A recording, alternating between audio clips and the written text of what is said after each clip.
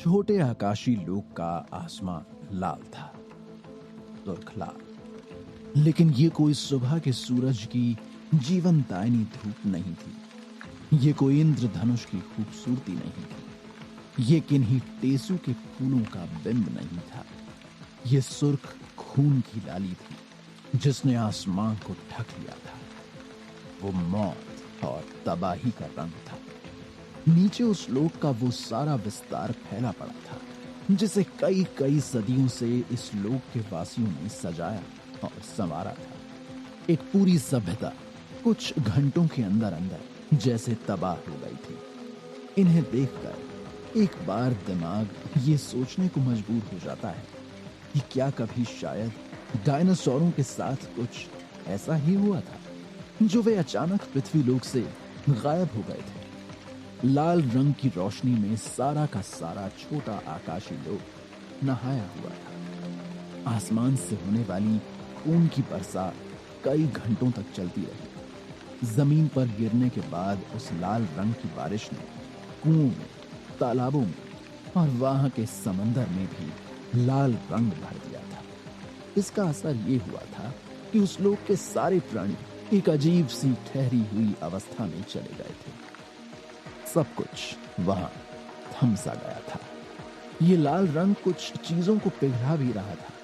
कई लोग कंकालों तक में बदल चुके थे। लाल पिघले हुए खून और मांस के लोथड़े जमीन पर फैले पड़े थे। उस लोक के सबसे पवित्र मंदिर और अन्य सभी तरह के पवित्र स्थान इस लाल रंग की चपेट में धीरे धीरे आ रहे थे और वे अपना अस्तित्व खोकर पिघलते हुए जमीन पर बहने को तैयार थे। जिन लोगों का उस लोक के सबसे पवित्र लोकों में नाम हुआ करता था, वे इस लाल रंग की चपेट में आकर लगभग घुलने लगे थे। सड़कों पर, चौराहों पर और इधर उधर सभी जगह ऐसे लोगों के शरीर स्थिर जमे हुए थे। फटी हुई आंखें, खुले हुए मुंह लिए इस लालिमा की आगोश में लोग लिपटे हुए बेसहारा जमे हुए थे और अपनी दुखद मौत का इंतजार कर रहे थे। इस लाल रंग की रोशनी में क्या खास बात थी कि उसने उन्हीं लोगों पर सीधे हमला किया था जो पवित्र माने जाते थे। बाकी लोग जिनकी ऊर्जा में इस तरह की पवित्रता नहीं थी और जो अच्छाई और बुराई के मिश्रण थे, उस तरह के सभी लोगों को उस लाल रंग ने मोम की तरह जमा दिया था। उस लाल रंग के संपर्क में जो भी आया वो तुरंत ही एक तरह के कोमा में चला गया था। ये एक ऐसी स्थिति थी जिसने कुछ घंटों के अंदर अंदर सारे के सारे लोग को पूरी तरह स्थिर कर दिया था। ये एक ऐसी स्थिरता थी जिसमें छोटे आकाशी लोक के सारे प्राणी ही नहीं, बल्कि वहां की हवाएं, वहां की नदियों का प्रवाह, सब कुछ थम गया था। और अब उस लोक के ऊपर विनाश की अट्ठास भरी हंसी गूंज रही थी।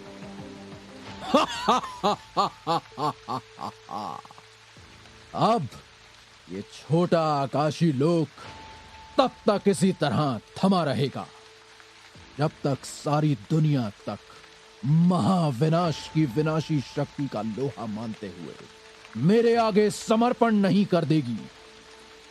इस काम में कोई देरी नहीं होगी। अब इस चीज का जिम्मा मैंने उठा लिया है और मैं अपने रास्ते पर चल पड़ा हूं।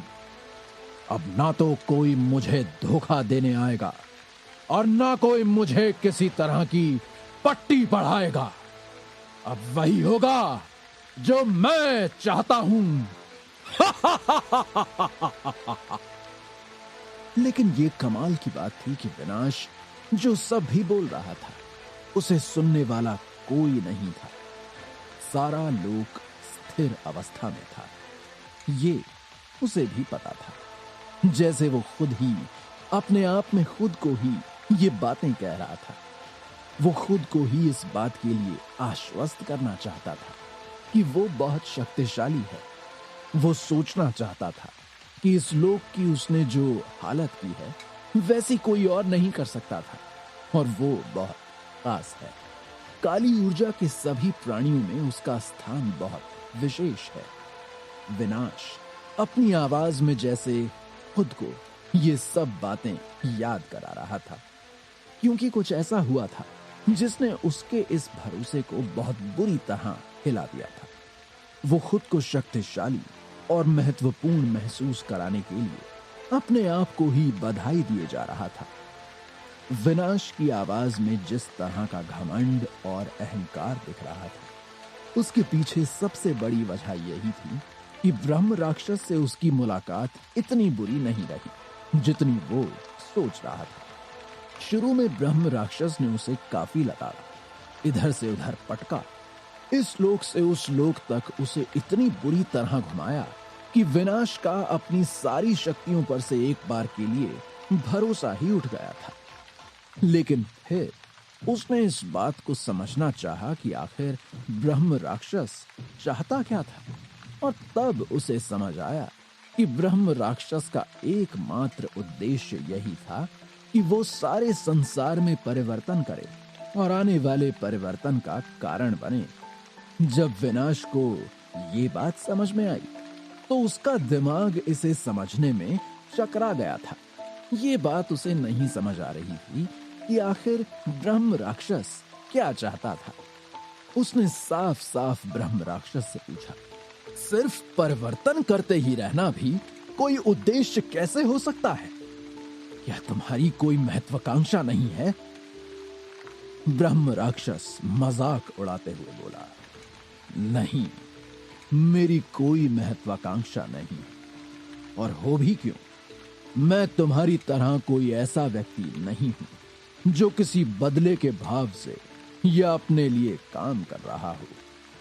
तुम्हें ये इसलिए समझ नहीं आता क्योंकि तुम लालच और अहंकार जैसे पापों से भरे हुए हो, जबकि मैं निर्मोही हूं। विनाश के लिए इस सारी बात का कोई महत्व नहीं था। वो सिर्फ ब्रह्म राक्षस का राज जानना चाहता था। ब्रह्म राक्षस आगे बोला, मुझे इस संसार में परिवर्तन करना है क्योंकि मैं परिवर्तन की शक्ति हूं।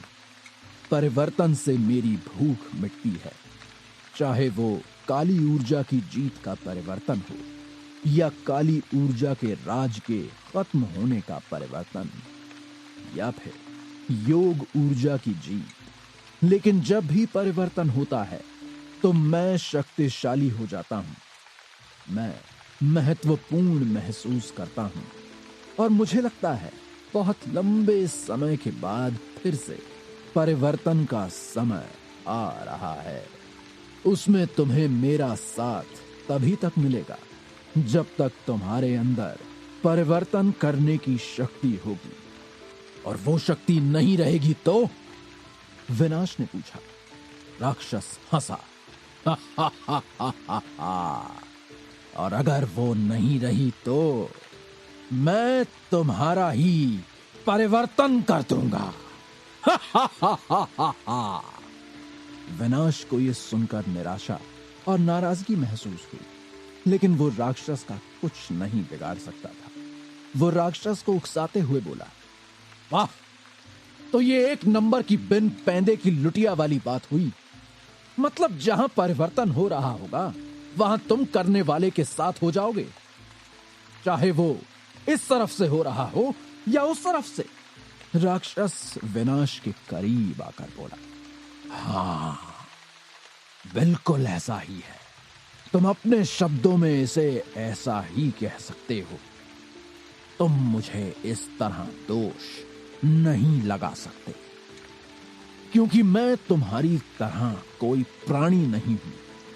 मैं सिर्फ अपने उद्देश्य के लिए काम कर रहा हूं। मैं प्राकृतिक संतुलन की शक्ति हूं, और जिस तरह पानी एक तरफ ज्यादा होने पर अपनी आप दूसरी तरफ जाने लगता है, उसी तरह मैं भी हूं। मैं वहां जाता हूं जहां परिवर्तन की संभावना होती है। जब भी कोई चीज बदल रही होती है, उसमें मेरी शक्ति होती है। ये परिवर्तन लगातार होते रहना जरूरी है, इसलिए मैं फिर यहां पर आया हूं, एक नया परिवर्तन करने के लिए। चाहे इसके साथ होना पड़े या बुरे के, उस बात से मुझे फर्क नहीं पड़ता। विनाश ने बेपरवाही दिखाते हुए कहा, तो अब पापराज कहां है और उसका साथ तुम क्यों नहीं दे रहे? मैंने कभी किसी पापराज का साथ नहीं दिया। मैंने सिर्फ उसके कहने पर इतना किया था कि तुम्हें सबक सिखाने की बात स्वीकार की थी, जिसकी वजह से तुम संसार में परिवर्तन की वजह बनने की बजाय परिवर्तन के स्वामी बनने की कल्पना करना छोड़ दो। मैंने तुम्हें सिर्फ सिखाने के लिए ये सब किया है कि तुम ये मत समझना कि संसार का परिवर्तन तुम्हारे माध्यम से हो रहा है।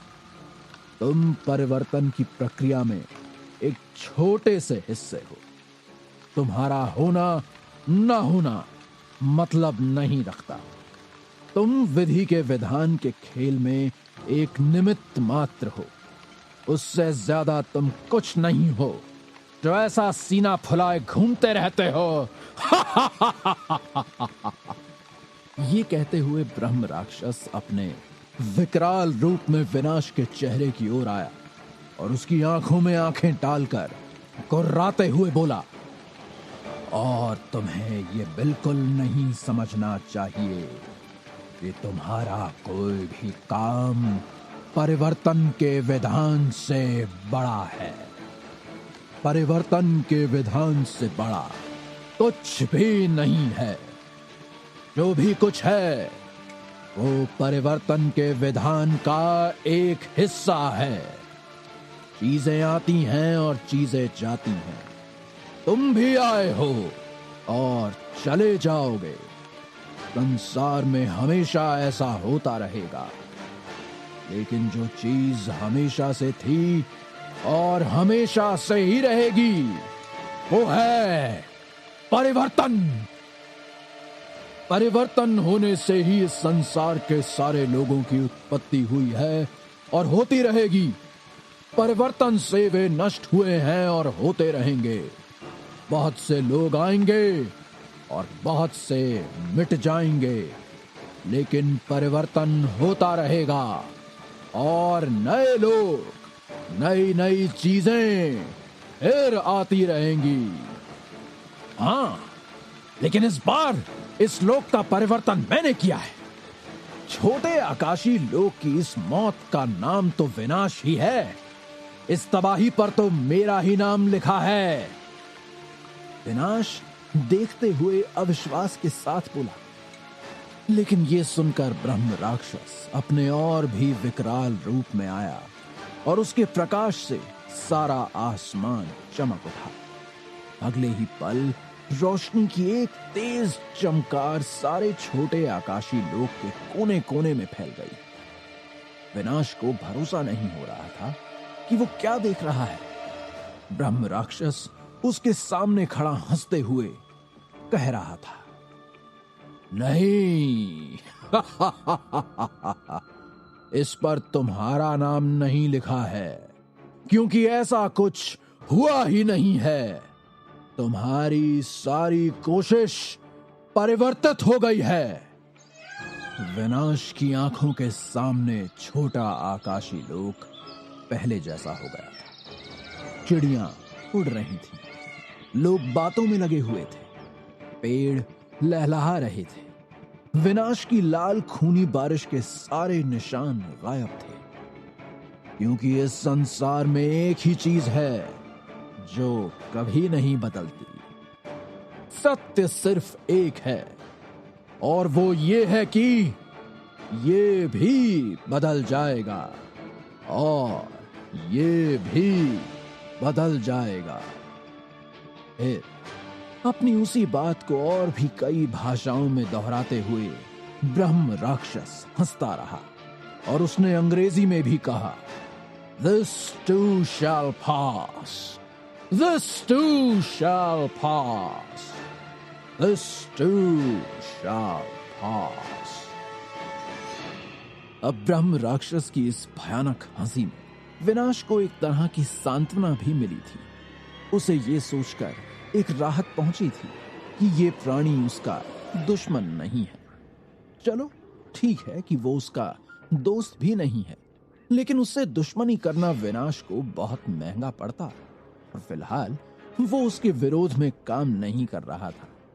लेकिन उसका स्थान बहुत ही नगण्य है। ये उससे पचाए नहीं पच रहा था। परिवर्तन के इस बहुत बड़े खेल में वो बस एक छोटी सी चीज मात्र है। विनाश ये सुनकर अपने आप में दांत पीसते रह गया था। ब्रह्म राक्षस भी समझ रहा था, उसे भी मजा आ रहा था। वो साफ साफ तौर पर विनाश के मजे ले रहा था और उसे ये महसूस करने के लिए मजबूर कर रहा था कि वो सिर्फ इस प्रकृति की संरचना का एक छोटा हिस्सा है और वो किसी भी शक्ति का स्वामी या नियंता नहीं। विनाश अपने दांत पीसते हुए चुपचाप खड़ा इस सब को अपने दिल पर ले रहा था, लेकिन वो इसके अलावा और कुछ नहीं कर सकता था, क्योंकि ब्रह्म राक्षस की बात सही थी। तो क्या था ब्रह्म राक्षस का मतलब इस परिवर्तन से जो बदलने वाला था दुनिया को? और क्यों ऐसा था कि ब्रह्म राक्षस इस बार परिवर्तन के नाम पर काली ऊर्जा के साथ खड़ा था? ये सब जानने के लिए सुनते रहिए कैप्टन कार्तिक की कहानी का अगला हिस्सा सिर्फ पॉकेट एफएम पर।